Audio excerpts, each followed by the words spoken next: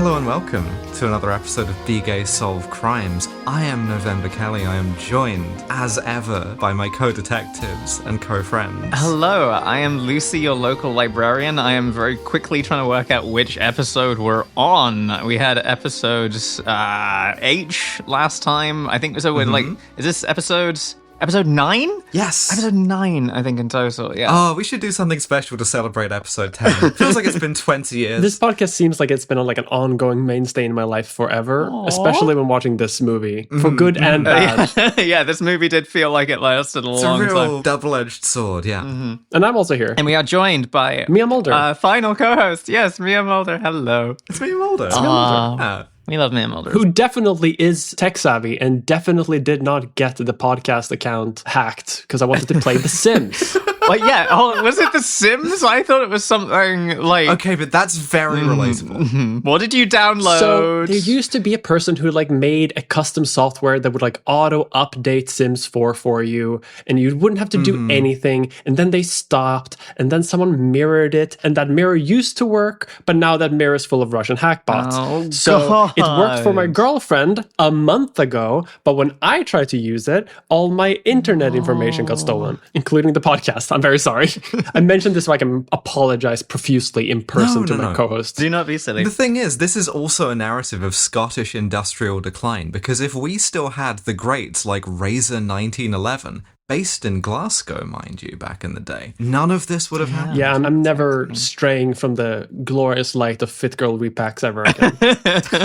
See, the thing is that I'm terrified of piracy. You're not stalling. You're not getting us off this movie any longer. Okay. No, because this is why you have to be subscribed to the Patreon, because if you're not, you will have missed us thinking about what we could do at the end of the last bonus recording, and me pulling out of nowhere the dead recent Mercy. It's called Mercy because halfway through it you will want to be Mercy killed. Yeah, the thing about the dowsing rod of trans feminine lesbianism is that dowsing rods are a pseudoscience and sometimes we're wrong. So I'm going to make us watch La Chimera at some point, which is a good film and also a detective film. Future episode. No, I fully admit that this was a sadistic choice. Right? I underestimated how bad it would be. Halfway through this movie, I decided to watch Judgment at Nuremberg, which is a 3-hour-long like legal drama, just as a palate cleanser, and I still had a hard time finishing this movie. Jesus. So Mercy is Chris Pratt's entry in the movies you can make while sitting down genre, pioneered by War of the Worlds. Yes, yeah, the War of the Worlds cinematic universe, I think I heard it referred to as. Yeah, the problem is that this was very fun to inflict on my friends and colleagues sadistically until I realized that I had to watch it as well. Yeah. And as I was clicking on it, I saw the little IMDb 6.2 out of 10.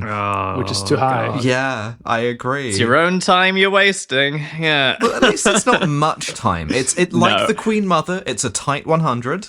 And so we begin with... Where do we begin? we begin with my note that says, I hate Chris Pratt's stupid chud ass so much I can even hate his silhouette. Oh yeah. As it like emerges on the screen, I'm just like filled with the dread because I know what kind of misery I'm about to be inflicted with. We see a man strapped to a chair and there's ominous music. And my first note is, this is how portentous being in the barber's chair felt when I was a small boy. They had to strap me down. When your dad says short back and sides for you. Yeah, when the barber comes up to me and says, what number would you like, referring to the length of the buzz cut that he's going to give me. And I ask, what's the longest? He says 8. And I immediately say 8, please. And no one picks up on this for ages. We're genuinely in a position where we're talking about a movie so bad we would rather share traumatic haircut stories. Yes, exactly. Well, the thing about this is that this episode, I think, is going to be weirdly something of a holiday, because, like, usually we're doing something like Philip K. Dick or Isaac Asimov or Sherlock Holmes. Yeah, the good stuff. Something with a literary backing. And with this, Dictionary Corner can take a week off and be like, there's nothing for me to read this week. No, this was direct to streaming, I believe. We're just going to vibe it out for a bit. I do believe it was was actually shown in theaters a little bit. I think it unseated Avatar Fire and whatever else it's called at the box office. Maybe that no one else saw, Yeah. God. My favorite thing about any sci-fi movie, and following this on from iRobot is partially why I did this, is when it just tells you the conceit up front and lets it sort of bed in for a second. So as Chris Pratt is strapped to the chair, he is shown an unskippable commercial. Yeah. Like, even if you buy YouTube Premium, you're not getting out of this one. Showing the conceit of the movie, which is crime is out of control. And they use real police footage and real footage of homeless encampments in Los Angeles for this, to make this point. Pointing to the mass unemployment and homelessness as being like the crime itself by implication and by association. Like, look at this rot in our society that needs to be sponged off the streets. And it's like, fucking hell. And crime is so bad that hundreds, as the voiceover says, of our heroes in blue were killed. Heroes in blue. Deeply wretched already. We're off to a real weird start, you know? After I heard that, I was like, I died a little bit inside, but there was a part of me that was just like, okay, sometimes movies say things, but they don't mean them because they just want to set up a thing. But no, this is just like, cops good. Yes.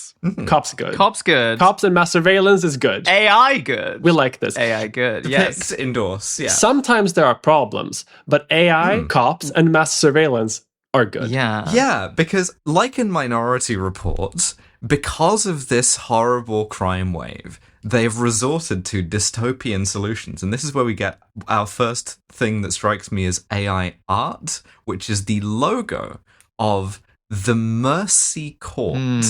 The AI tribunal that now you just get sent to, and also the conceit of the movie. It's why Chris Pratt is strapped to the chair. It's why this is a real sitting down movie. This is the kind of thing that, like, had it been made maybe 4 or 5 decades ago in a like one act play theatrical format, would have been hailed as like an astonishingly prescient science fiction tour de force, right? This is what I call anxiety cinema, the kind of thing like Kafka's The Trial or whatever, or Minority Report, where it's like you are in a situation where everything is out to get you, and crucially, you do not understand. Yeah, I can see this again if it was made like 30 years ago, occupying a similar space as Cube. Yeah, a little bit of a cult sort of movie. Yeah, there's a little bit of a weird vibe going on in that sense, but it also strikes me very much like as a movie that was made due to restrictions about the pandemic. It does feel like that, yeah. But like this is not a pandemic movie. Like they made this like last year. Like it's a fresh movie. Yeah. I have a theory about this, right? Which is, you know how bad writers will sort of project their own circumstances. So you open the thing with like a snowfield, right? Because you're looking at a blank white page, stuff like that. This is a movie about a guy in a chair looking at a screen, and the screen literally has a progress bar on it. This is just a guy watching YouTube and then tabbing out of YouTube to be like, oh, fuck, the screenplay. Yeah, this is a movie that is kind enough to let you know exactly how much of it is left. Oh, yeah. It fully is. Because Rebecca Ferguson, mewing aggressively, appears on screen, and she is Chris Pratt's AI judge. Swede we love to see. Yeah. I have no idea why she said yes to this film. I don't know whether it's like they drove a dump truck full of money up to my house kind of situation, because they didn't make that money back. Yeah. We are lucky enough on this podcast to be able to do all of our work sitting down, talking to a screen. If you're an actor, that's a novelty. Yeah. So they're finally getting to live like us slobs. They're getting to have this sort of sedentary lifestyle. Why would you say no to that? I guess that's true. It's just, I get the impression that Chris Pratt agreed to do this film because they pitched it as like, it's just going to be you in a room. You're really going to get to show your acting chops. And Rebecca Ferguson was just like, you just have to talk like a robot for like an hour.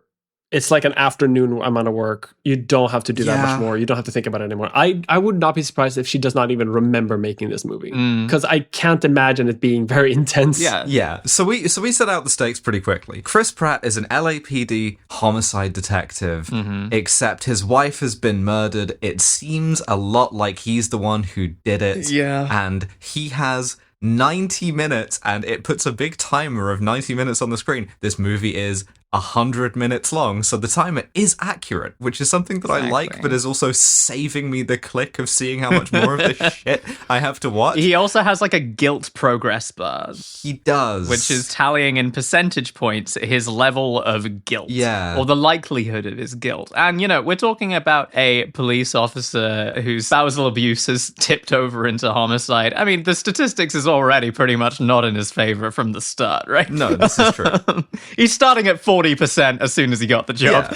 Yeah. He has to get it under a certain percentage. And we see his wife's murder through all of the cop body cam footage, complete with a little Axon logo, which they presumably authorized the use of, which is in itself quite dark. To be like, yeah, the company that makes the tasers and the body cams is happy to be in on the sort of, you know, surveillance stuff. Mm-hmm. Oh, for sure. Like this, but like this is a pro back to blue Lives Matter type of, like that is the movie. Like that is this type of movie. Yeah. Like, it is wretched. Palantir would happy be on this and be like, yes, sir, we love this movie. Like this is that kind of movie. And not only that, like it's ideologically flawed, but it's also bad. I need the audience to understand that we don't just hate it because it's ideologically problematic. It's also poorly made. It is. And badly acted. Yeah. And poorly written. It's made by Amazon MGM Studios, which explains why the fucking, like, Ring cameras feature so prominently as a plot device. Mm-hmm. Yeah. Absolutely. Multiple times. But ideologically pro that, right? Because it's product placement. It legitimately is. Usually a film like this would be like, oh, mass surveillance. But it's actually, the end result of this film is like, mass surveillance good, actually, because it can get you off a murder charge. Yeah, it's hitting all of the notes of dystopia.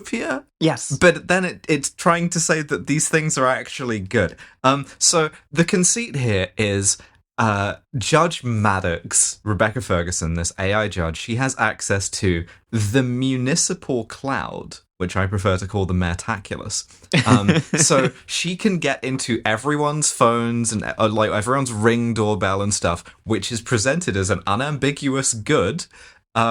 And so Chris Pratt has 90 minutes to use like this investigative suite to prove his innocence, or the chair that he's strapped to will execute him. They're presumed guilty before proven innocent. Yeah. And for some reason, this is also effective. It does do one interesting thing where she does say that she's not allowed to take part in his execution, even though she is, which is something that they say about doctors in American Capital Punishment. But I don't know if they necessarily know that. Anyway, so she takes him through the timeline, which is he goes to work, stops in the parking garage at the police station, comes back home to his wife. On her Ring doorbell is doing the, like, gem alert meme of the guy breaking into the house. Yeah, because this guy is a real fucking piece of shit, right? So it emerges, yeah. Yeah, we're establishing his innocence, not the strength of his character. Mm-hmm. He forces his way into the house, leaves shortly afterwards, and then his daughter finds her mother murdered. Yeah.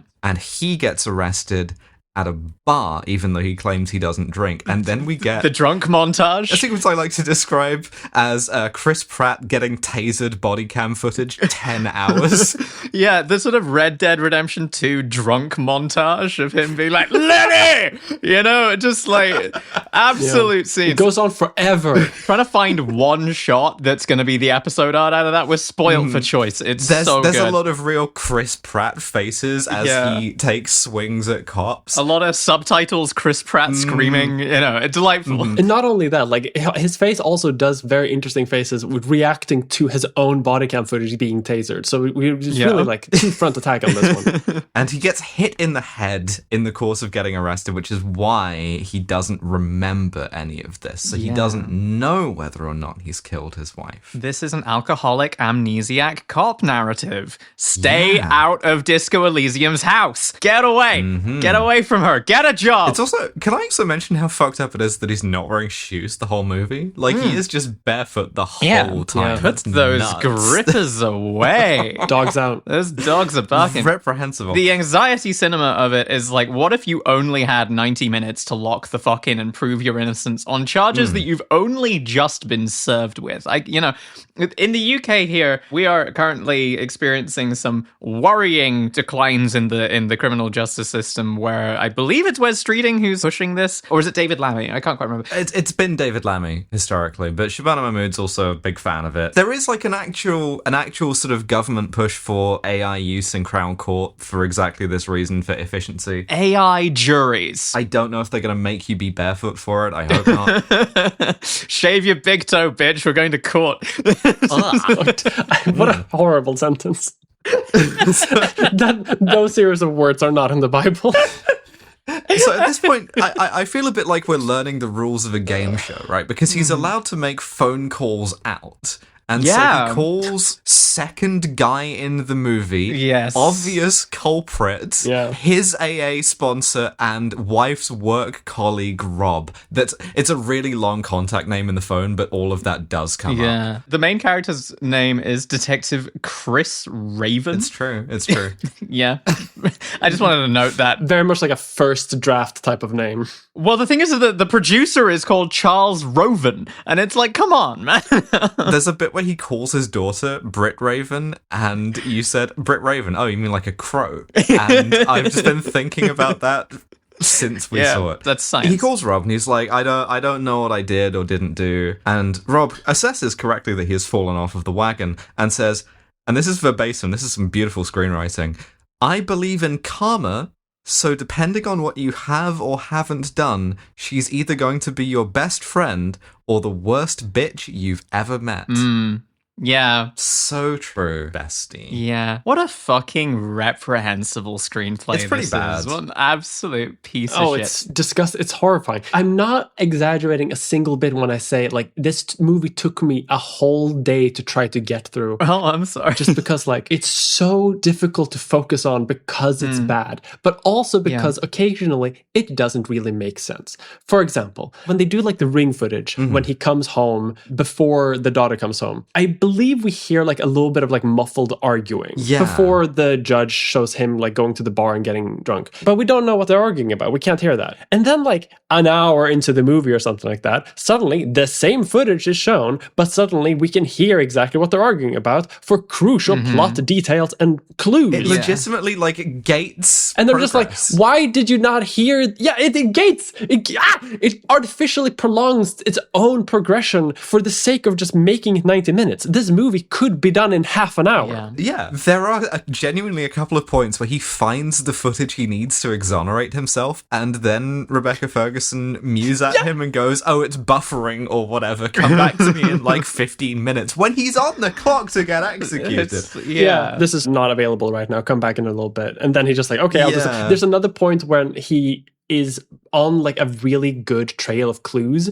and Rebecca Ferguson also comes in being like, actually you haven't done this other series of clues, and he's just like, oh yeah, let's do that other story beat for like a minute, let's do the B plot. And I'm like, this is a fever dream. How can this I hate this movie so much. This movie dealt me psychic damage. So we dig into his backstory, right, which is absolutely uninteresting, other than the fact that he has a partner, brackets cop, not brackets romantic, who is very attached to him and his wife and his daughter, called Ray. At one point, he does say, it's your Uncle Ray, and I did go Ray Raven. Ray Raven in the style of Jar Jar Binks. Jar Jar Binks and Kylo Ren's love child, Ray Raven. Means I call it Chris Raven. We know that he's cool because Chris Pratt brought his work partner to the birth of his child, which... normal. But then we cut immediately to the daughter filming Chris Pratt coming back from work being like, Ray's dead. Incredible. Fantastic. Yeah. This could have been a kind of Meet the Fablemans situation where it's like, why is your daughter filming everything?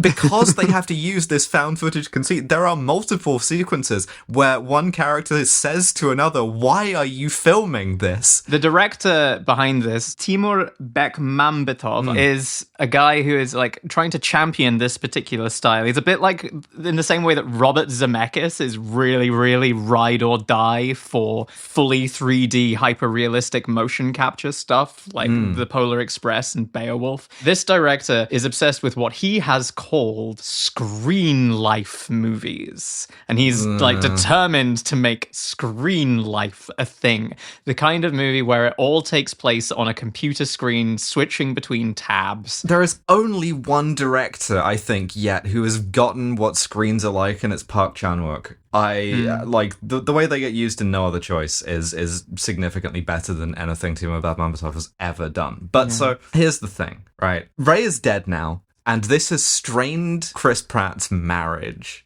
to the point that she, and I think this is the only authentic detail in this whole movie, or authentically American at least, there's a shot of her recording, I guess, a TikTok or an Instagram video in her car saying, as an adult woman, I don't want to be a divorced mommy. And I thought, that rings true to me. That's pathetic enough. It does. It does. But it's also other little, like, right-wing sort of drip-feeding ideological things here about the worst thing that you can be is like a divorcee.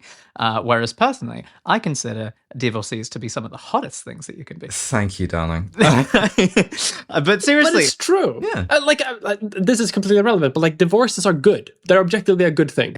Yeah, absolutely. Well, because back in the day, right, if you don't get divorces, what you do get is murders. That is just proven to be true criminologically. Divorce is not a cause of murder. Divorce is an avoidance of murder for the most part. Yeah. This is something that we're going to talk about with every femme fatale and film noir being like, why no, officer, I haven't seen my husband in weeks. I'm dreadfully worried. But, hello. like, legitimately, when you legalize no-fault divorce, the rate of mysterious deaths of married men By poison, yes. drops.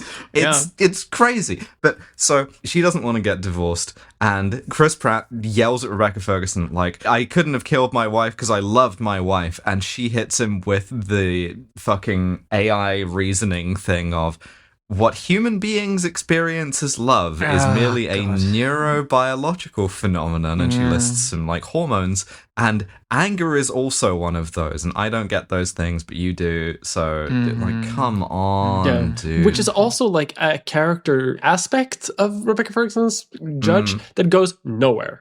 Yeah, it just doesn't. It's just like, this is a robot. This is an AI, but sometimes maybe not a super AI, but also not. Like, it's just sci-fi bullshit for the sake of sci-fi bullshit. Yeah, what if AI was my friend and was helping me solve mysteries? So the next stop on this port of call is through the Metaculus, he finds his daughter's secret Instagram, which I do note has pronouns on it. It does. She, it her. does. This is some kind of cancel culture horror, right? Because we're finding out all the ways in which he's like a shitty husband and a shitty father, and all of the bad stuff he's ever done is on film, and your daughter is talking to a sleazebag on her secret Instagram, and she's got pronouns. Yeah, and her secret Instagram is also implied to be like sexual, in a way that sort of reads ambiguously as like like OnlyFans adjacent, I guess. Yeah, she's like smoking weed in the bath on a like Instagram call. Does Instagram have calls? I'm so uncool. On like a WhatsApp call or whatever with this sleazebag. On Twitter circles, she's she's on Threads. She's on Google Circles. She's on Google Plus with this fucking guy. she's- When she hears a mysterious noise, and then the only other video on her secret Instagram is her high as balls going, yo, it's crazy how I just heard plot significant noise. Probably nothing. He does not realize the significance of either of these things for an hour. So the thing about this particular format, again, is like I am a really, really, really big fan of one-act plays. I absolutely adore them. I love bottle episodes of things. I love when you're like locked in a single location. I think that it can often be where writers are forced to like challenge themselves and work with limitations. You know, when you have all of the colors in a palette, you are spoilt for choice. If you limit yourself to 3, you're going to try and be clever about it, and things will actually like be really interesting. But what's happened here is that rather than like using this one location of being stuck in the chair, they are trying to ram a 3-act thriller structure into a single location chamber play. Yeah, this would have been an okay episode of TV. Yeah. Like, and this is the other thing, is that we don't necessarily have the kind of anthology TV shows that would allow you to do this. Like, this would have been a middling episode of The Twilight Zone. You know what I mean? Quite a decent episode of Doctor Who. See, I could see this just being an episode of Black Mirror. Yeah. Just as is. And like that would be better, I think. Better made. What if your honor ran on batteries? But so now he gets to call out to his current partner, brackets not dead, Brackets Latin American. Jacqueline Jack Diallo. Yeah. She is footage of the kind of genre that, like, a BioWare character that they rug pull you by being like, and she's straight. Yeah. She's got a really cool neck tattoo. I was talking with you about this, Nova, when we were watching it, about the fact that, like, these sorts of movies like this and End of Watch and otherwise will sort of try and use the casting of specifically Latin American police partners as shorthand for the protagonist may be a piece of shit, but he isn't racist. Yeah, I think this is downstream ultimately of Lethal Weapon, which was a movie that had the sort of courage of its convictions at the time to be like, oh no, he is racist. He just also has a non-white partner. But so Rebecca Ferguson has to get him back on task, which she does by explaining visually the concept of him being dead. Yes, yeah. Like Back to the fucking Future, right? Solve the case, or your daughter's gonna lose both her parents, and plays a little video of her with both of her parents and fades both of them out of it. It's so weird. Like, why would she do this? My faded parent montage. Just so you know, you're gonna be dead, so you're not gonna be able to, like, hang out with your daughter anymore. I'm gonna AI edit you out of this photograph like a fucking Gemini AI bullshit. Like, it's such a weird choice. I remember that was actually the first point in the movie where I had to pause and just, like, contemplate for a moment of just the choices that are happening in this film. Because it doesn't do anything. Like, I don't know why that's there. She does briefly dom him as well, he's like asking for some more footage, and she's like, until he says, Your Honor, and she just goes, There we go. There you go. There we in go. like a quite, like, I can only describe it as jerk-off instruction cadence. Yeah. And it only happens the one time. Yeah, he doesn't have to call her Your Honor any other time. So, like, again, why is it there? Like, does someone have a quota of, like, cool ideas? I have to imagine that in the writer's room of, like, one guy and a hamster, they just put a bunch of ideas on a whiteboard and then they just checked them off at like, whenever they could include them, and never actually decided to have it comprehensively included. It's like the cockatoo in Citizen Kane. It's like, you know, Gunnar Orson Welles being like, the significance of the jerk-off instruction. That was to turn on the audience. That was the entire significance of a cock or two. Yeah. To be semi-hard for this next bit. But the thing is that, like, they had the moat of an interesting idea there of, like, this AI is not actually as impartial and unbiased biased as all that. It's actually got a personality and demands a particular kind of deference and respect, and that can sway its ability to judge. And this is not a neutral thing. It has in fact been imbued with the ideology of its own programmers, and they just do nothing with that at all. Yeah. No, never. But so we get Jack doing the investigation while Chris Pratt backseat drives from the foot fetish chair. There is a bit where he tells her to get in the kitchen. I do want to note that was actually ad-libbed, and Chris Pratt did not know he was being recorded when he told a woman to do that. God help any of the people in the society who are being put on trial who do not, in fact, have friends in the LAPD, was something I was sort of thinking as I was watching this. But then again, that's also true of our current criminal justice system. That is very true, yeah. Damn. Really helps to have friends in the LAPD there, yeah. The scene is not looking good for him, right? Because there's, like, broken vases, there's, like, the sort of, his fingerprints are on the knife, his, like, fibers and blood and stuff are there. At which point, to quote America's funniest president, it's his house. He's supposed to be there. He has a 98% chance of being guilty after this, off the basis of his fingerprints being in his house. Yeah. Why were your fingerprints all over your knife? Yeah. His fibers are in his own carpet. And he's just like, yeah, well, like, duh. This is such a fucking video game ass movie as well. Yeah, it is. It reminded me of Heavy Rain. It reminded me of Detroit Become Human. Yeah. It reminded me of the Batman Arkham Asylum games. This is Detroit Become Heavy Batman. And I fucking hate future episodes all. That bit in Detroit where Connor becomes heavy Batman. My name is Batman. There's so much bad CGI too. Like, I remember just the opening is just full of, and it never stops, of this like, it looks like pre-rendered like DaVinci Resolve templates that you would get from storyboard.com, you know, for your shitty video essays. It does. What's really funny is that amidst all of this footage, you just have Rebecca Ferguson aura farming in the background because to remind you that she's still in the movie. Yeah. Piece of background trivia here. You know, it's one of the things that you can imagine the producers of this film eyes just like getting wider and wider and wider as the screenwriter was describing this as like, okay, it's set in one location with 2 actors. And, you know, this is going to be so cheap to make. But fucking scab piece of shit, Chris Pratt, even suggested that they just make an AI version of Rebecca Ferguson. Oh my god. Trying to put your own co-star out of work? Dude, man. Hey, so long as I'm the only one who gets to operate this spinning Jenny, automation's never going to come for me. You know, apparently they released this movie in 4DX at Cineworld as well for the chair. Just like... Incredible. The chair's not moving. The chair's still. What are you expecting to happen? But so, because his daughter Britt has saved on her iPhone, I wrote this down, mom_dad_fight.mp4, a video of them fighting, where she's texting on a secret, unknown burner phone. Mm-hmm. We see that Rebecca Ferguson is kind of getting into this, right? She's like, oh yeah, I'm just kind of on board with the investigation.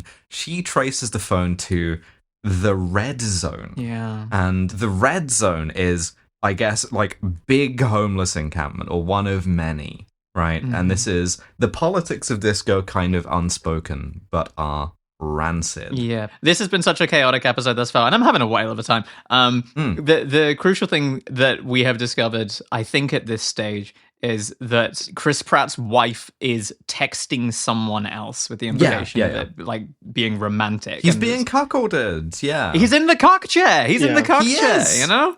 Strapped barefoot into the cock chair. And as you would expect from a movie with this sort of politics, he is being cuckolded by a black man. Yeah, right? He is, yes. There is a very funny bit where she finds his Instagram and finds that he's a chef and goes, looks like he's comfortable with knives. Which, that's evidence. Yeah, I guess. They call that evidence. Yeah. It's the LA Noire homicide desk example of sort of a thumb on the scale. But this basically leads nowhere, right? I think to save time and also just to save, I don't know, the misery of the audience. This whole person, didn't do it. Yeah, this is a he's just red a herring. And this whole plot goes nowhere. It's just like, yeah, you're getting cucked. Sucks you're getting cucked. Shouldn't be a shitty husband. We get a really badly filmed body cam fight. This should have been an FMV game as well, as my kind of note for this. Oh, yeah. But so we dig into his alcoholism some more, right? Because it turns out that maybe he wasn't a perfect person and he was lying to Rebecca Ferguson at the start because he's been off the wagon, and we get a very sort of trite alcoholism subplot, right? It requires you to believe that a guy who was in Alcoholics Anonymous for a year, like we see him getting the chip and everything, was able to then go back to drinking without anyone around him noticing. Yeah. Which... A year is a long time, right? Fellow recovering addict? Yeah. A year is a super long time to have been recovered. I think it's more that, relapsing into alcoholism is one of those things that is often very tragically noticeable to people around you. Yeah. And this idea that, I can just hide my drinking is addict thinking. Yes, it is. Rather than something that's really that plausible to do. Yeah. It's also a very AA positive movie, which sort of no judgment on AA or anything, but mild judgment on AA from me. A little bit. It's a cult. It's a cult that sometimes works. Sometimes joining a cult can be harm reduction. This is another big fucking cliche thing is why are you an alcoholic? Single obvious trauma, right? He and Ray Raven were pulling over a car and the car is ostensibly empty, and this does evoke, because they do the dash cam thing, some actual kind of body cam horror, or there's live leak shit that's like this, and it's kind of horrible. But what happens is his wife calls him and Ray goes, just say on the phone to her. The line verbatim is, talk to your woman, I got this. Yeah, it's awful. And goes to investigate on his own. Mm-hmm. And the partner gets crushed in between the two cars as the car tries to reverse on Immediate pelvic crush injury. Yes. The crush happens, and then we smash cut immediately to him in the car being like, ah! And it's like the most unintentionally comical smash cut I've ever seen for something that is that like traumatic to the body. But he mentions that the trauma isn't that he died, but like how he reacted to it. Yeah. Yes. Which is because that he didn't kill the guy who killed his partner while chasing him down, because he gets off of the like in court. That's why court doesn't work in this universe. Yeah, apparently. he does the Point Break thing because Ray is like with his crushed pelvis and his free penile inversion surgery is like go chase them, keep going even though I'm in the car, which is again just really bad police work, right? But so he chases them. He pit maneuvers the car, which at this point I award best use of a stunt dummy. You get a dummy ejected 50 feet vertically out of this car. It's incredible. It's the reverse Inspector Gadget too. Yeah. No word on what happened to that guy, but the other guy gets out and runs. He just fully leaves his partner with his like neo vagina to go and chase this guy and play around in the surf. They frolic in the ocean. It's beautiful as the sun is setting on the California coast. It's very, very strange. So, and all of this is for a traffic stop. To be fair, like this is one of those things where like cops are too over scrutinized because he's chasing down a guy and regrets not shooting him to death. Yes, over the fact that a traffic stop went wrong, and instead of taking his partner to the hospital, it's just like no, I'm gonna chase this down and maybe execute him extrajudiciously for the traffic stop. Why would you not regret getting out of the car with him? Why would you not regret chasing the car once he'd been hurt? Why would you not regret leaving him to die in a hot car like a dog so you could boogie board with a guy that you want to kill? Yes! Just let them get away.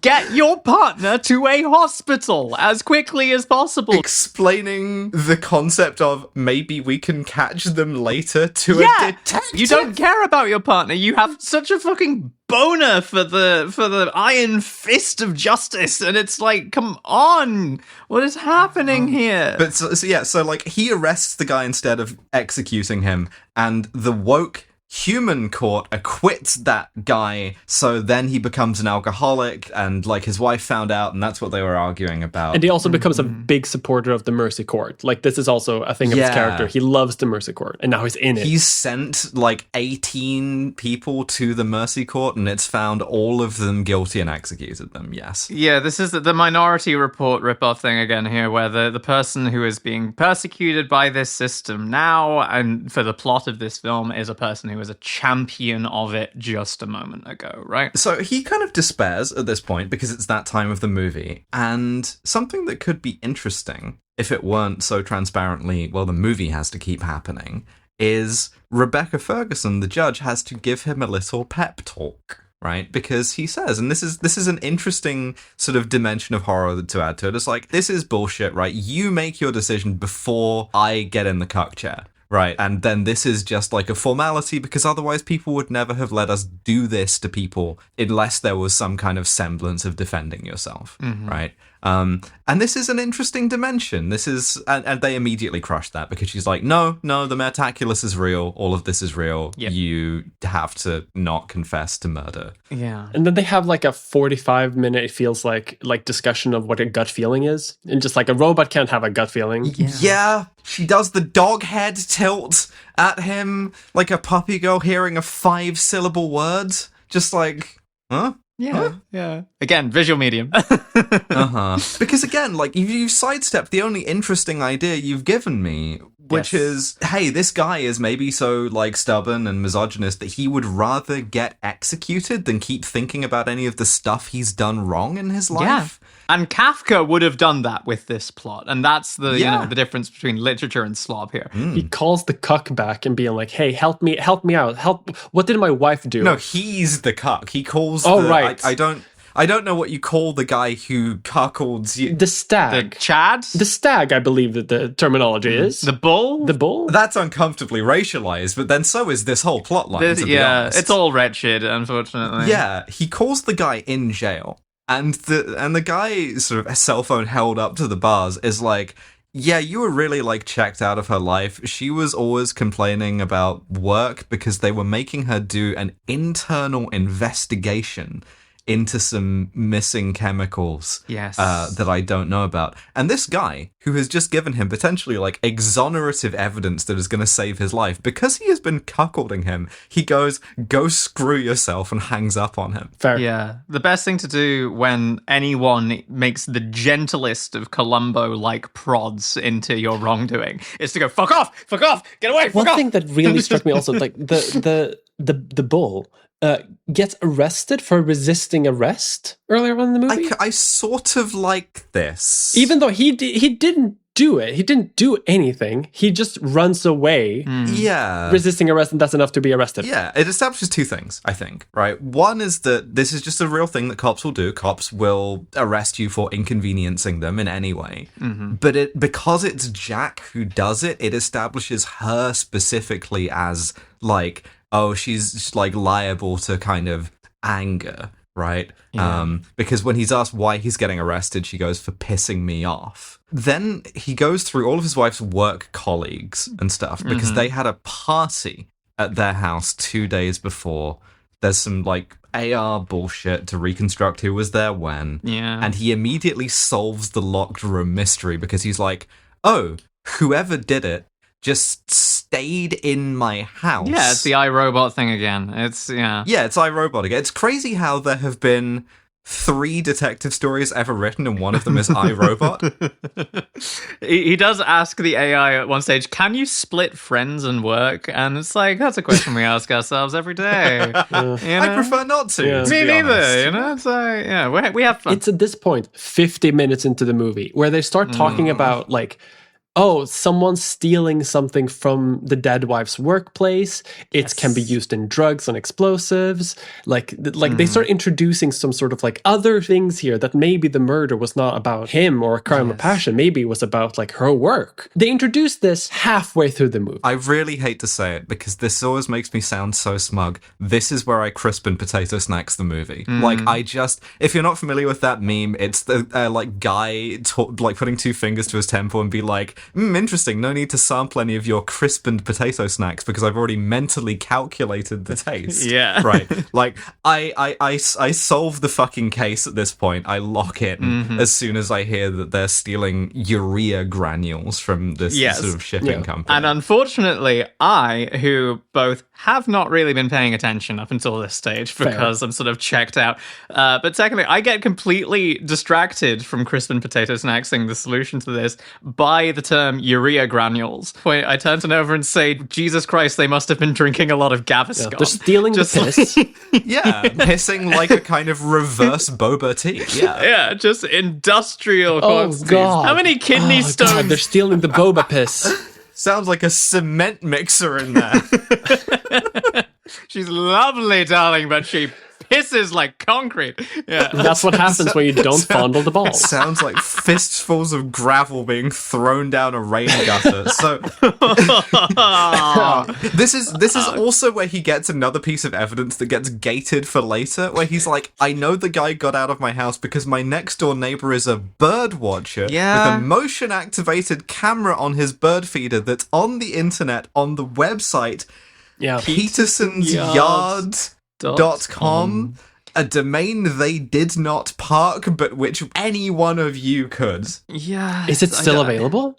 Hold up. It is. Hold up. What Big Ace of Crimes. Big Ace of Crimes. What we just said. petersonsyard.com, which we got and they didn't. That would be is a very great funny. bit. That would be very funny. I have to see if this is for sale. So the synthetic urea granules thing, right? They're fully leading you to the idea that this is being done to cook meth illegally, right? Yeah. So we go to another co-worker who is maybe more suspicious, called Holt Charles, to the point that I wondered if they got his first and last names mixed up. He has no money. He's like in the red because he's been gambling. We go to his prominently labeled Chase bank account, which prominently under the negative balance has a get more in the bank with bots and an AI logo ad. So real Real bad. Reprehensible. He's trying to call Rob, but Holt answers the phone? Yes. And he's like, oh, I can't find Rob anywhere. Yeah. I don't know where Rob went. But they believe that Rob is responsible for the urea granules being collected. Yeah, to like make meth and then sell that meth in the red zone. And we get a little shot of a news reporter in the red zone saying of what is obviously a homeless encampment, these are people who are committing crimes and we want to separate them from others in society. Yeah. Dark. It's real gross. Very, very dark and unknowingly dark, I think, as well. At this point, when Rob doesn't pick up the phone, Chris Pratt, whatever his character's name is, because God knows I've forgotten who even I am at this point in the movie. Chris Raven, fucking porn star name. God. Baby's first detective name.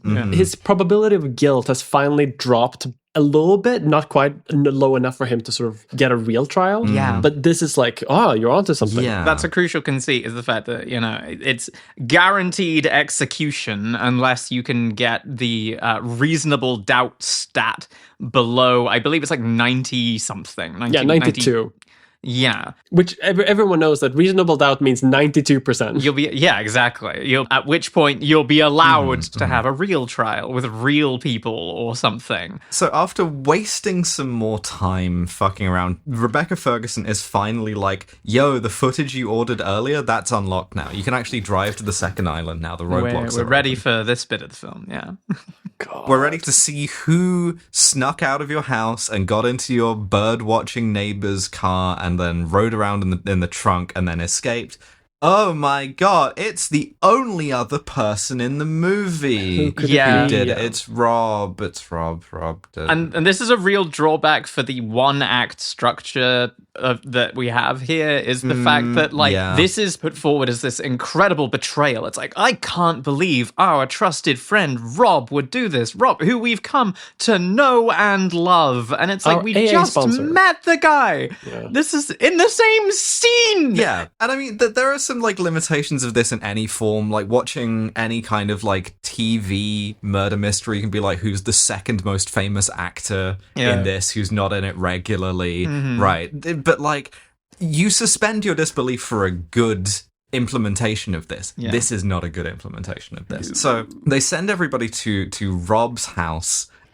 Incidentally, at this point, Chris Pratt notes, oh yeah, I helped him get a gun license. He has a gun. Yeah. Yeah, a little bit of cop nepotism here. Yeah. I guess the only way you can get like a sort of concealed carry permit in LA County. It's an alcoholic cop, helps my other alcoholic friend get a gun. Responsible use of my time. They've also worked out that he has stolen an articulated lorry, a tractor trailer from a truck from work.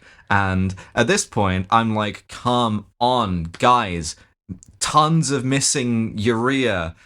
Truck. You guys are failing your counter-terrorism exam. It's the piss truck. He's filling that truck full of piss. Yes. He's gonna transport the piss. He's creating the vehicle from Command and Conquer Generals. Yeah. So we play a little bit. Your keyboard is covered in deadly anthrax. So he I love that game. Mine's covered in piss. God. We play a little bit of Ready or Not as we get some body cam footage from the SWAT team, and they find his. Oh my god. This is so dumb. Yeah. They find his book. God. Finally, the penny drops on the terrorism thing. But first, they find a photo that's been ripped in half with like him, but we don't know who the other person is. It's crazy how there's only been like 3 detective plots ever written. One of them is iRobot and one of them is The Mousetrap. Future episode. I'm also taken out sideways by the fact that this is where we reveal that his full name is Robert Webb. and I'm like, Robert Webb! Ah!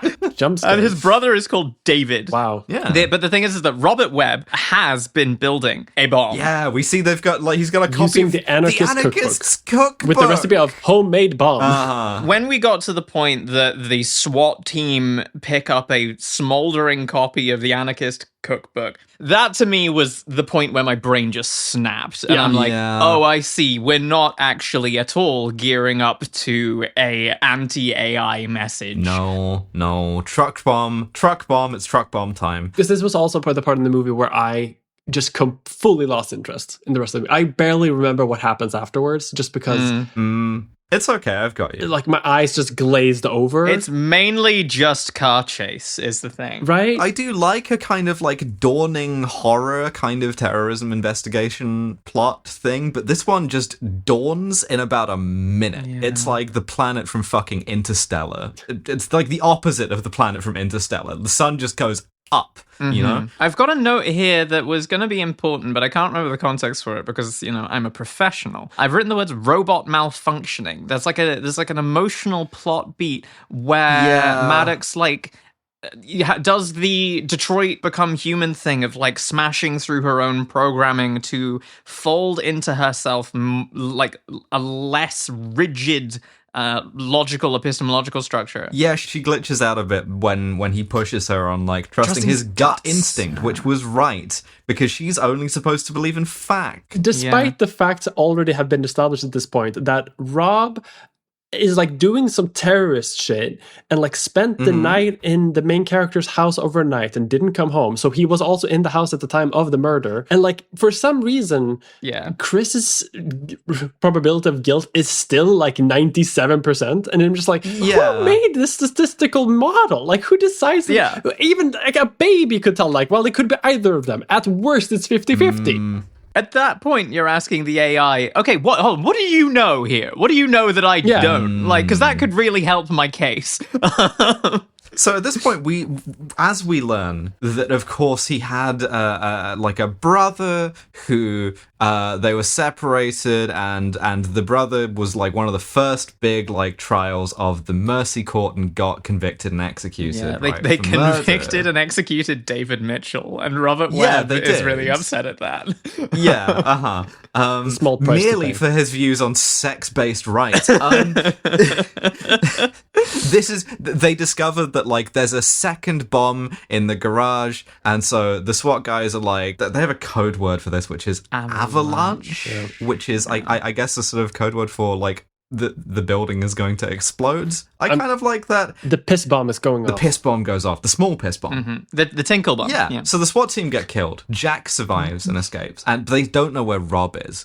And as they're going, was that the bomb? Rebecca Ferguson goes, listen here, buddy, America deserves 9/11 too. Flashes him this weird kind of smile and goes, here's what that would look like, right? Here's what it would look like if LA got hit by a truck bomb, and then shows him this sort of footage of the bomb going off with a and blowing up big downtown. smile on her face too. And it goes off like a nuke. Yeah. It goes off like that's at least a couple of megatons, right? That's insane amount of explosive power. Maybe I just don't know how much explosive potential is in my piss at any given moment. And she also seems to have to reckon with maybe she executed the guy by like wrongly, right? And they have this kind of bonding moment where the thesis of which is essentially being a computer and being an alcoholic are the same because you both let people down. Powerful. Yeah, I think like our sort of thesis here is like we sometimes our dowsing rod is wrong, but I think we've touched upon similar kind of transgender themes for characters like the AI here being very sort of like rigidly logical and needing to fold in more emotions or otherwise. I'm afraid this is an exception that perhaps proves a rule on the tally board for Chris Pratt here being an aggressively cisgender detective. Oh, very much. There's no gender going on in this movie. It doesn't conform with the theme at all. No. But so they find the truck. Many chase scenes. I do know that Rebecca Ferguson here, her thing is now, what can I do to help, because he has infected her with this idea of like guts and hunches and stuff, and now she's in full compliance with like Guy barking orders at her. This is interesting to me. Because this is the point where also like the guilt probability drops to 0%, but here like the gimmick comes in of the chair will kill him on its own, and she does not control the chair because the judge cannot be executioner, even though they said that the AI was the judge. Anyway, well, don't worry about that part. So the probability is 0, but they can't end the trial because they will lose cloud access, which he needs in order to like solve the crime of stopping the big truck that everyone is chasing right now into town. Yeah. And it's just like, why does he need to be involved in this anymore? They're chasing the truck. They know where the truck is. What evidence could he possibly uncover using the cloud access? Surely the police have access to this, right? Also, to be clear, the LAPD do not need anyone else's help to blow up Los Angeles. They have given it a perfectly good try on their own. But so we get a million chase scenes. This is interesting because the cops do get their dick kicked in, and we have a bunch of shots of like LAPD cars hitting like ramps and obliterating entire restaurants and shit, which is kind of funny. I will say that like Chris Pratt's decision to stay in the chair and risk getting executed for the greater good of solving this case is probably the one moment of the entire screenplay where I was like, okay, that to me is a good emotional idea of having him like put aside his own safety, the thing that he's been trying to do for the entire thing, to carry on being in the torment nexus. Oh, by the way, Rob has also kidnapped his daughter who is in the truck with him. Oh god, yeah. Oh, no one cares. He literally is like picking up fucking groceries. Like we see it from on the Ring camera again, and he just like hoiks her over his shoulder.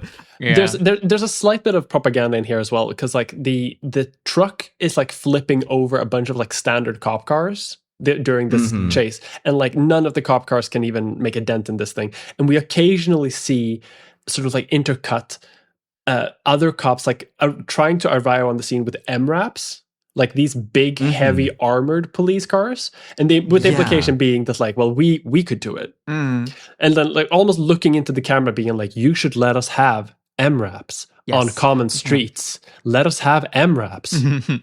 One of the weirdest pieces of set dressing in this whole movie is something that I think they may have done basically by accident. At the initial murder scene, there is one of these MRAPs. It's a Lenko Bearcat that is parked outside, but it's not marked police, it's marked forensics unit. And I'm fascinated at the world in which the forensics team needs the MRAP, but the regular cops don't. Yeah. Just like a very anti-fingerprinting society. DNA is quite violent. This is true. This is absolute imperial science, This fingerprint's got a gun! Bang, bang, bang! He gets Jack to position her fucking little quadcopter thing in front of the thing so he can talk to Rob. Flying motorbike. As Rob is telling him, hey, listen, don't tune out of the movie, there's a last-minute twist, Jack tries to like take the shot and kill him. This does mean that she is too emotional and therefore needs to get physically thrown out of the movie for 10 minutes by the smarter and therefore more obedient robot woman, who is also white when Jack isn't. She's too fiery to be a police officer. Yeah, interesting. So Rob crashes his truck bomb into the Mercy Court building, and then he just fucking goes like Dorna mode. This is crazy. He clears like half a dozen cops on his own. This is a certified North Hollywood shootout moment. Man is locked the fuck in. And this is a guy who just works in like a shipping yard, right? Like he just works like with freight containers. Like this is the power that like advanced levels of Alcoholics Anonymous can grant you, but most AA sponsors don't do this. So you don't know. People don't talk about how step 8 of the 7-step program is advanced weapons training. Yeah, that's changing the things you can, like changing a bunch of cops from being alive to being dead. I believe in a higher power, Henkel and Koch. Grant me the courage to know who I can take hostage. Crucially, the main political, ideological like conclusion of, or the realization it's trying to make you come to is that like, it would feel scary and dystopian to be in the chair, facing down, having to prove your innocence and facing down an AI judge. But there exists the potential for this AI technology to be used for good. And it's like, how about you fuck off and die, please? She lets him out of the chair at the last second, narrowly avoiding getting executed as Rob calls him down to the lobby. And we get count them, 3 shots of Chris Pratt lazily jogging down corridors. And then as he enters the lobby to confront Rob, you see him legitimately like edge towards the nearest chair just out of force of habit. It's like, oh, I got pins and needles. I've been sat for too long. Fuck. So Rob is like, this thing killed my brother even though he was innocent. It's a heartless killing machine and a slaughterhouse, even though the heartless killing machine has been shown on screen to be both pretty heartful and entirely correct so far. Yeah. The AI Maddox intervened at a point where, like, the police were going to try and detonate the bomb remotely by sending a little remote control car under the truck, had made the executive decision to interrupt the signal of that bomb dismantling robot. Yeah, fucking Judge Grok saves Los Angeles, sure, whatever. And she also distracts Rob by, like, listening to his testimony where he goes, no, I have an alibi for David Mitchell. I was calling him on the phone about women's sex-based rights when he was supposed to have been committing the murder. I was campaigning against trans people. And they wouldn't listen to me, so this whole system is rigged. At which point, his daughter grabs the detonator out of his hand. Chris Pratt arrests him,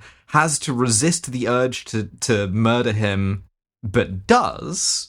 Yeah, in a real sort of like permission to live out, sir, kind of moment, and the same sort of thing that we happened in Minority Report. Yeah, and then Jack, having been thrown off her quadcopter, comes in as the guy is saying, yeah, no, it was crazy. This woman cop, I don't know how to describe her without invoking her race, so it's going to sound racist. This is kind of a problem for David Dimbleby on Question Time, but anyway, I was trying to tell her, and then she shoots him, right? Yes. Not fatally, even, which is an odd decision, I think. Because it turns out that the racism plot, the plot they tried to avoid by having the trusted sidekick be Latin American, was actually just a red herring. And the movie is racist after all. Yeah, it is racist, 100%. Because she just fully, like, destroyed that evidence, the exonerative evidence, because they needed the first Mercy trial to be a slam dunk.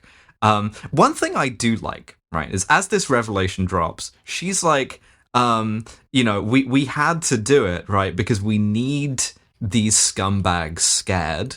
Yeah. Look at what it's done for us. But everything we've seen so far is that it has done absolutely nothing. It's done nothing! I do like that. I like that it does not facially work. Yeah. Like, they do still have the red zones. They do still have crime. Yeah, exactly. And it's like none of the underlying, like, political issues and economic issues that sort of, like, contribute to the crime rates, like poverty and otherwise, are addressed at all. And it's really interesting to me that usually in this genre of movie, what we would have is the kind of like Minority Report, Mirror's Edge style thing where this dystopia is pristine and clean and there is no crime at all and everything is supposed to look on the surface perfect. And usually you have like flashbacks telling of the messy period with lots of riots and horror as whatever draconian authoritarian dictatorial principles were brought in to bring about this clean society. Instead, what we have here is like the very, very early days of the dictatorship. Yeah, it's weird. None of the problems have been solved. I kind of like it. I kind of prefer kind of like arguing in favor of like, no, we like the dictatorship works. We just need to like trust it more. Time. Just give it a minute. We just need to trust it. Don't try to force it. Don't try to manipulate it, because then it's not going to work. We just have to trust the AI overlord Panopticon. Don't worry about it. I hate this movie. So the one woman of color in the movie is like crazy emotional and evil and lying, which squares the circle of the AI justice system is right. White Timothy McVeigh is also kind of right, even though he murdered Chris Pratt's wife. Yeah. But most of all, Chris Pratt is right. And your pronouns daughter is going to apologize to you for kind of, I guess, everything. for, Yeah. believing that her dad, who has been violent, Mm-hmm. alcoholic, and verbally abusive to both her and the dead mom, apologizing to him for believing that he could have killed the mom. Which, I mean, duh, like it makes sense. He's fully an abusive partner. Yeah. He's an abusive partner. And like, the movie only gets him as far as like, oh, I wasn't perfect and I was kind of a deadbeat piece of shit because I was an alcoholic.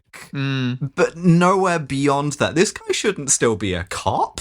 First This guy of all, probably still shouldn't be like allowed to see his kids, honestly. If, like, yeah. Also, we're raising an interesting question here of like, well, if the AI court can be this easily manipulated by cops lying, what does that say about our existing woke human courts? But also, should the AI court continue to exist? What is going to change to make it like more difficult for cops to lie to it? And the answer is we're going to arrest the one cop who we caught doing it, which I guess is realistic. We end on this really fucking shoehorned note that just made me want to be sick. Oh, I love this bit. Yeah. It's being an alcoholic and being a computer are the same again. Yeah. Because Chris Pratt goes, we just did what we're programmed to. Human or AI, we all make mistakes and we learn. It's crazy how there's 3 detective stories that have ever been written, and one of them is iRobot. This is the robot human handshake from iRobot. I detest this fucking movie. Oh, it's in response to Maddox being like, what have we done? Yeah, executed an innocent person. Yeah. Done fucked it. With a pretty bad rate, too, because this is case 19, so you dismissed 1 and executed 18 people, of one is innocent, which is a pretty high like failure rate. It's over 5%. Yeah. And presumably the other 17 were like good executions, I guess. Allegedly, as far as we know. Yeah. It's at best 5%. And she dismisses the case. She finds him innocent, and he has to, like, I guess, go out into the big bad world and look for a pair of shoes. Yeah. And a new wife to be. This is awful. Yeah. This was I felt horrible watching this. There's a montage in the credits of like various police equipment, some of which is real and some of which is like vaguely futuristic. And like it just feels to me like very much like a shopping wish list for the LAPD. Like we have the MCAT, we have helicopters. Could we also have like flying hover bikes, please? Yeah. AI is coming, and we have to be prepared for it, and we have to work in partnership It's like with it. end of watch Modern Warfare 2, you know? We've both got a lot to learn from each other. It's legitimately, it kind of is trying to do Lethal Weapon, but the partner is a fucking computer. Like, That's horrible. I also want to comment that in this montage at the end, there is not only police equipment, but also some evidence, including just a bird. Birds aren't real. They're all LAPD drones. I guess that's the implication. Weirdly, it extends well beyond the LAPD's jurisdiction. Like, the bird's out of my window, LAPD. Strange. Yeah, and the rest of them in the Institute. The LAPD has offices all around the world for their bird drones. It's going to the LA City Council for the like police department budget, and it's like, why is 70% of this bird program? Breadcrumbs equals clues. Oh, stop it. That's mercy. That's mercy. Lord have mercy. Don't watch it. No. But I guess we do have to ask, did Chris Pratt protect or serve in this? Chris Pratt was strapped to a chair for most of it. Okay, did Rebecca Ferguson protect or serve in this? Oh, fuck. Because she's the only one who's plausibly transgender, right? Because she her heart grows 3 sizes, and she learns about she transitions from robot to cop. She's on the way. No, I'm just saying. No. She transitions in the only way that I would say is wrong. What, towards She transitions cop? from AI towards police. Well, this is the thing, right? Is that I think there's like and this is where Nova and I may end up disagreeing, but like there's like a sliding scale here, and I think that on the sort of the overlapping bell curves of detectives and transgender, if you get sort of like an even higher resolution and go sort of further down into the granularity of that, there's another spectrum within detective of cop through private eye. True. And to me, the closer to the like private eye side of that you are, the more that overlaps with the transgender side of the bell curve. And it sort of makes sense to me that we occasionally have some cops who do not carry the transgender vibe with them. We have not anointed them. I mean, he does seem like he's having some troubles. He's got like, you know, the confines and strictures of masculinity and the kind of like he's not transgender just because he's a bad father. No, exactly. Like, it's not enough. I was about to say, like, are you connecting alcoholism to being transgender? No, not at all. Well, not that kind of alcoholism, you know. And the courage to change the things, the courage to shoot the cops who are trying to stop you from perpetrating a domestic terrorist attack. What is this movie's ideology? It's insane. The thing about this episode is that I'm having a lot of fun with my friends, and it's, you know, and that's what this podcast is for. And you're welcome to join us. Yeah. So Rebecca Ferguson, she does protect Los Angeles from being white Timothy McVeigh. But she's also the cause of it. I called him white Timothy McVeigh to explain that he was white earlier, not to suggest that Timothy McVeigh was not white. That's another different ideology. Oh, God. White nationalists trying to take the heat off after the Oklahoma City bombing by denying that Timothy McVeigh was white. Listen, Cleopatra and Timothy McVeigh are both... I'm too white to make jokes like this. Well, you see, Timothy McVeigh spoke Greek as his native language, so, okay. Where does Yakub involve in this? One of the first journalists to come in to defend Timothy McVeigh from the racial persecution. Why did the evil scientist Yakub make me piss out all of these boba granules? Oh, Christ. A guy who also spoke Greek as his first language because it all happened on Patmos. Anyway. Chris Pratt does not protect, nor does he serve. He looks like shit. No, horrible. 0-0 score, whatever. Rebecca Ferguson does serve. Rebecca Ferguson does protect in that she prevents the bombing of downtown Los Angeles. Only because she's the reason it even happens in the first place, right? Like, that is true. So I can't... That is true. She's like the United States. It's like, yeah, she did prevent the thing, but she also caused the thing she needed to claim to prevent. That's why it's pro the AI. Yeah. This is a pro-American movie. Yeah, we're recognizing that this is rank propaganda, but within the logic of its own world, like if Maddox is sentient, and this is a kind of sort of influence on the world that has been like anointed upon her, right? So it's like Lucy. What? I would love to hear the rest of your point, but I think the CIA or someone just beamed fully formed into my head a vision of Timothy McVeigh in the pharaoh hat next to the pyramid.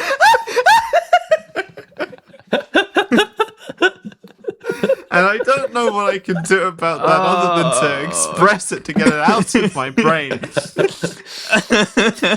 Like that casino ad. Timothy McVeigh building the pyramids. Timothy McVeigh actually built the pyramids. I'm sorry. Please continue. But crucially, like in terms of whether like Maddox endangered, like it's more that like the people wwho created Maddox endangered everyone. But like Maddox in the sort of the just. In the disconnected logic of this movie, like Maddox herself is sort of like a weapon who doesn't want to be a weapon, I guess. I identify as a death penalty judge. Crazy. It's I don't know. It's because like crucially there are points where like the case is basically settled in like against Chris Pratt, and she's like, no, don't fucking give up. I don't actually want to. I want to work with you here. Yeah, I want you to get off. JOI again. It keeps coming up. As much as I love Rebecca Ferguson making eye contact with me and saying, I want you to get off, the only paper-thin trans reading that I can have of this is Rebecca Ferguson's character being built and designed to bring about a particular end, and her trying to go against the flow of that in a way that causes like severe internal disruption to her programming, right? Yeah, I guess. She's not as trans as RoboCop is. Future episode. But she is trans. Does she serve? All she does is serve. Oh yeah, she does. She looks great. I disagree with everything. I don't think she's trans. There's zero transness going on, and also like I don't think she serves at all. I think that's a paper thin. Really? Okay, that's fair. All she does is like have a weirdly uncanny smile that gives me like trauma from dealing with like Swedish dating scenes of this just, like horrifyingly like wide smile, but also saying things that I'm not going to end well. Things will go badly for me, but with a big wild smile. Terrifying. See, the thing is that I would let Rebecca Ferguson tie me to a chair and do whatever the hell she wanted to me. But I spent the entire film being like, what is this accent? What's going on here? Like, it's not Swedish. It's giving kind of robot, and robot is when you're a bit British, but not completely. Yeah. I mean, it's like... Robot is when you're Flemish. I've been saying this for decades, and no one understood it until now. In any case, I think that we can wrap on that. That's a movie. That's a movie. That's Mercy. Horsepower. All this polo on. I got horsepower. That is Mercy. Yeah. We put more effort into it than they took making it. So that's true. It's true. What are we doing next time? What are we doing next time? Ooh, good question. So the next one is going to be a bonus episode. It's going to be a bonus episode I. And yes, we did avoid doing iRobot on episode I just to annoy people. Yeah, we thought it would be funny. And it is. I don't know. I feel like I've had the last couple of picks, basically. So please, I'm very, very open to suggestions. I will kill myself if we don't do Inherent Vice. We're doing Inherent Vice. The Los Angeles Times has called me a Renaissance detective. Our next bonus episode, a movie I can quote bits of from memory. It's Inherent Vice. I'm incredibly excited to talk about that. It's going to be like a 5-hour episode because you won't be able to get me to shut the fuck up. It's so good, isn't it? It's amazing. Lucy, you're going to need to get like a shock collar shipped to me or something before we record that, because otherwise we will be here for a week. I'm willing to get you all shock collars. I think that could be a fun turn. Could be a dynamic. It could be interesting. It's a fun triple bonus episode. Yeah, so subscribe to the Patreon, unlock all of the previous episodes, listen to all of those, and then we will be back with a mainline episode. We don't know what it is yet. Thank you so much for listening. We are Be Gay Soul Crimes, and we'll see you next time. Bye, everyone. Bye. Bye-bye. Wonderful. I do want to see Timothy McVeigh standing next to the pyramids in a pharaoh hat now, though, like more than anything I've ever wanted in my entire life. Hey, thanks for listening to that episode of Be Gay Solve Crimes. If you like that, you should go over to patreon.com/Be Gay Solve Crimes, where for as little as £5 a month, you can get access to every bonus episode we've made thus far, as well as a new bonus episode every other week. We have ones on Disco Elysium, Silence of the Lambs, the list goes on and on and on. It's getting too long to list at this stage now. If you are already a subscriber to our Patreon, we want to thank you especially because without your support, we wouldn't be able to do this. And for that, I'm very, very, very grateful. I especially want to thank our £10 and above patrons who are, at time of recording, Transfem Oscar Wilde, Saturdays Claire, Jordan Gammy, Sparky, Robert Greensmith, Chloe Salzenberg, Transfer Productions, Dalton Fitzgerald, April, Girl Pile Evangelist, Clocky Galadriel, Athena V, Fenris Mayday, Tony with a Y, Moss, Sam Vimes says A-Cab, he sure does, Kyle Clark, Gilda Dragon, Audrey Whip Pittman, Balakatina Gavascon, Yarenko, Codex O'Healing Melcher, Helen, Puppy Toys, Starlight Foxalope, Mayataculus, Monsieur Squirrel, the Reverend is cautiously trialling the name Halcyon for now, or just Hal for short, Syrup Cassin, Rachiology, Princess Reese, Bunny-Eared Barista, open brackets, affirming, Persimmon, Shally Wolfie, Keith D. Jones, Bananalog is becoming a sword lesbian, Charlotte, Red Ash VA, Armored Contempt, Liz Rossi, Maxi Mayu, Rur, Columbo's Dog, ACXG, Faye, Gwen, wife of the show, The Informant, Regulator, Brianna the Midwest Transplant, Halsey, Grace is a Dog, Woof, Maybe Not, Charlotte with a D, Maggie Parry Mantell and her dog Patch, Ember Eagle, possibly? Ember Eagle? Ember Eagle? I hope I'm pronouncing that correctly.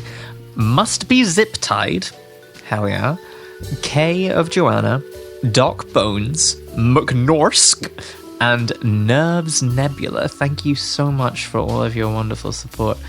I'll see you next time for Inherent Vice. Bye.